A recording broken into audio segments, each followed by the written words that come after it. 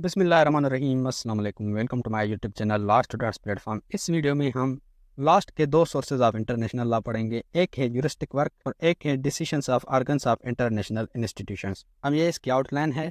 Fifth source है यूरिस्टिक work, या इसको राइटिंग ऑफ जूरिस्ट भी कहा जाता है। It is not independent source of law but it helps in developing international law.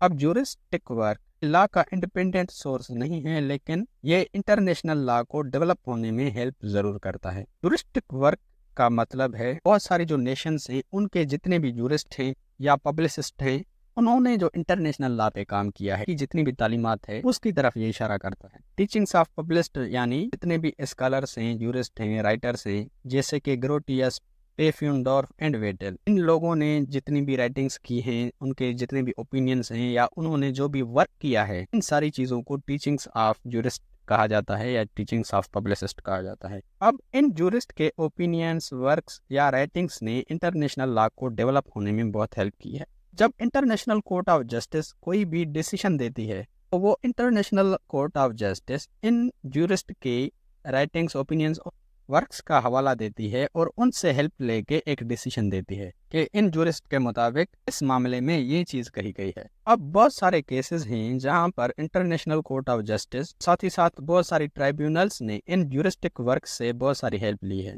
एक केस है diversion of water from Meuse 1937, South West Africa case, asylum case, aerial incident case. इन सारे cases में जो जूरिस्ट ने काम किया था, जो अपने ओपिनियंस दिए थे या जो प्रिंसिपल्स बनाए थे, उससे हेल्प लेके इन डिस्प्यूट्स को सॉल्व किया गया। अब सिक्स्थ एंड लास्ट आर्गन है decisions of organs of international institutions. International institutions के ऑर्गन्स के डिसीजंस हैं, उनको भी इंटरनेशनल लॉ का सोर्स माना गया है।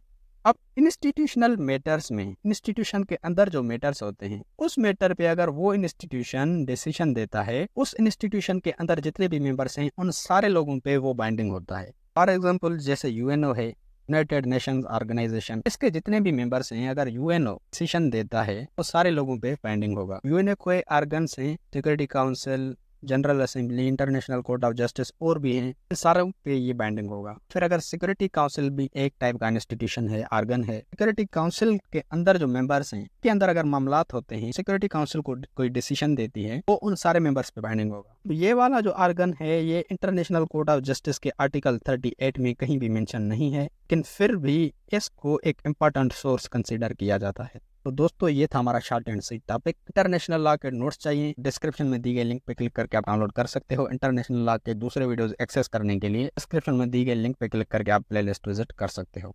रिक्वेस्ट यही करूंगा कि एक कोई सा भी कमेंट लाजमी कर दो, तो ये वाली अगर आप इंस्ट्रक्शंस फॉलो करते हो तो आपकी और भी मेहरबानी। अगर आपको लॉ के रिगार्डिंग किसी भी टॉपिक की वीडियो चाहिए तो वो टॉपिक लिख के साथ में एलएसपी लिख के सर्च करेंगे तो आपको सबसे पहले मेरी वीडियोस मिल जाएंगी, जिससे आप अपना इजीली कॉन्सेप्ट क्लियर कर सकते हैं। या फिर अगर आप मेरे चैनल की प्लेलिस्ट में जाते हैं तो वहाँ पर आपको हर सब्जेक्ट की अलग से प्लेलिस्ट मिल जाएगी, जहाँ पर उस सब्जेक्ट के सारे वीडियोस मिल जाएंगे आपको।